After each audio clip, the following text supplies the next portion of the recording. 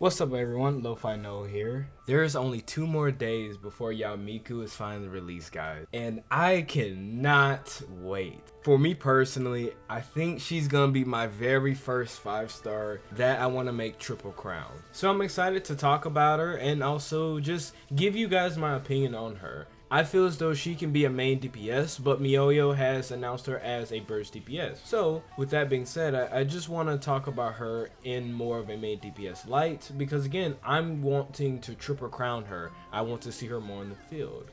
I also want to talk about how I feel about 2.5 and my opinion on Genshin at this moment. So, before we get into the video, if you guys like the content, then feel free to like, comment, and subscribe, and hit the notification button. You know, the usual thing that everyone spills on their channel. Alright, so Yae Miko. Man, where do I start with? She looks good. Like, she looks amazing. She is really good. I just cannot wait to play her. So let's get into her combat abilities. Do some of Yae Miko's combat skills for everyone. Sure thing. Yae Miko wields a catalyst and manipulates the electro element.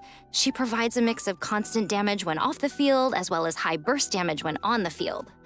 Miko's elemental skill, Yakan Evocation, Seishio Sakura, causes Miko to move swiftly and leave behind something called a Seishio Sakura.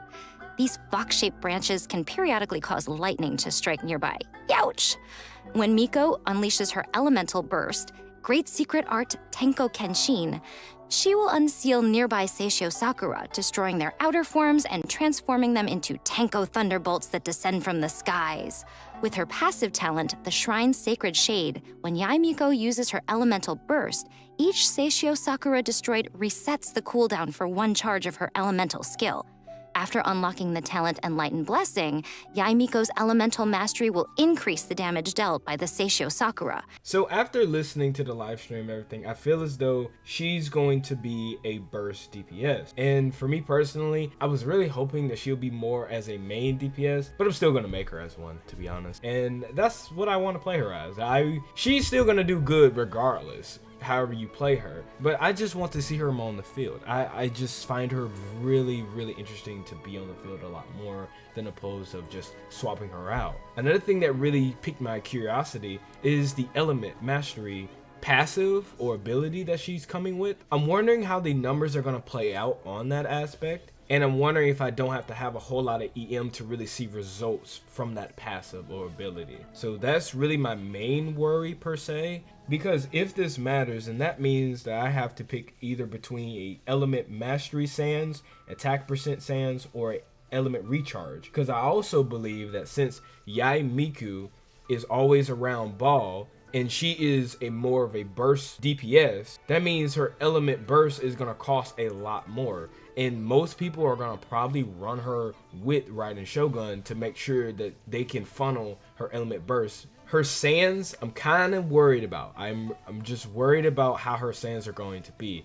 And once she is released, then I'll know what really to run on her per se, but I already have like 3 sands ready. I got the EM, the attack percent, and the element recharge one. But regardless, I'm still gonna play her as a main DPS, whether I have to pick an EM, an attack percent, or an element recharge sand. So now I believe her best in slot build for right now, and this is just my theory, is a 2-piece Thundering Fury with a 2-piece Gladiator or Shinyu Nawa set. I already have that set up, so like once she drops, I'm gonna instantly be playing her and trying out that set. I just see that set really boosting out her damage potential with almost everything. Her element skill, element burst, her normal attacks, you name it. So that's where I'm at per se.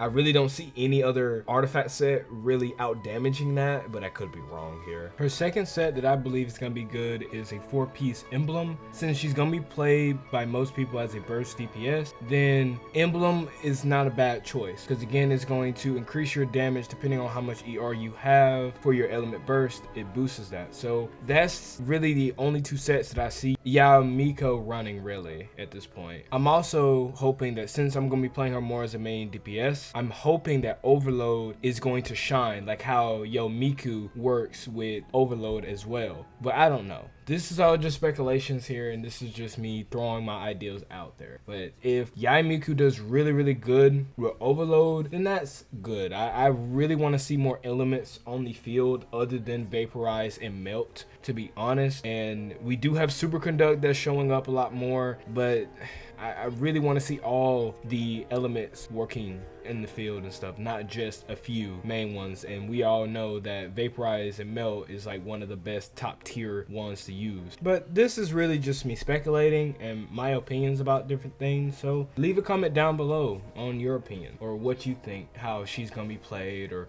what artifacts do you think this is gonna work on her, and or if me playing her as a main DPS is just not going to be good at all. So the next thing I want to talk about is 2.5 as a whole. I feel as though 2.5 is offering us a good amount of events, story quests, new boss, new enemies, new part of an area. There's just a lot of stuff to look forward to in 2.5. But after everyone goes through the events as well as play through the story, and if you're not summoning for Yae Miko, you're really left with nothing. I'm not saying the game is bad, and I will give credit where credit is due. MiHoYo has been giving us stuff. They have really been making sure to give back to us players. But the problem that I find is for the in-game players, or people like me that's just been playing since launch and don't have anything else to do other than just sit around and wait and maybe farm a few things, and that's really it. So we're gonna be left with waiting, in which there's nothing wrong with that. And I think, in all honesty, if you're going to play a gacha game, you're gonna have to expect that. Every gacha game that I've played so far, like Destiny Child or Summoning War, Honkai, you know, you're gonna have to wait. Almost every gacha game has a dry period. Now, I will say, yes, some gacha games give more to the players than others, but at the end of the day, Genshin has been doing really good. I mean, the only thing we're stuck with that I believe everyone is still wanting is more resident, which eventually they will do that, I hope, and probably give us in-game players something more to do other than just doing Abyss, because let's be real, that's not an in-game thing to do. But if they don't, I mean, at the end of the day, it's a gacha game. That's just how the mechanic is. That's just how the game is ran. I just accept it and move on. Now, for me personally, I think criticizing a game is helpful, and it lets the game creators know, you know, what we're thinking and how we feel about the game.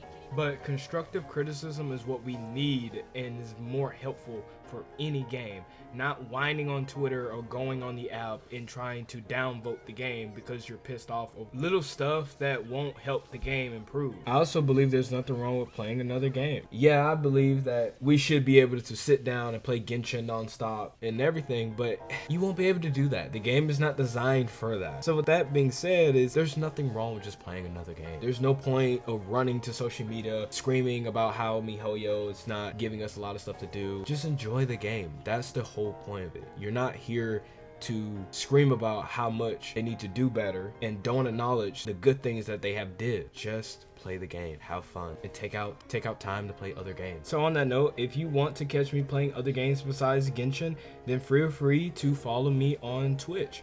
I stream Genshin, Dead by Daylight, and hopefully Borderlands, and after my Genshin streams, I also stream Lost Ark. My streaming days is Tuesday, Thursday, and Saturday. Thursday is my Dead by Daylight stream, and my Tuesday and Saturday are my Genshin. I'm gonna be changing them up once I have more time, but those are the days that I'm doing. I want to add more days as well. But yeah, also here on YouTube, I also post Dead by Daylight video. And hopefully again, I'm gonna be adding Borderlands to my channel as well. Feel free to also follow me on Twitter and Instagram if you have any questions or if you think I should play a certain game. So the final thing I want to talk about is the 2.5 banners that's coming out after Yae Miko. I was really hoping for Kazuha, to be honest. I didn't want to Kokomine. I think the character's good, and I'm going to make a video on Ball and Kokomine, but at the end of the day, I was really hoping for Kazuha. I didn't really want a Kokomine. She's great. She's gonna help out any team that needs a healer and can be a decent damage dealer, but I just didn't want her because I just don't need her. So that's all really. I'm not gonna go speak on it too much because again, I'm gonna make a video on it. But other than that, I thank you guys for coming to my TED Talk, and catch you guys later. Peace.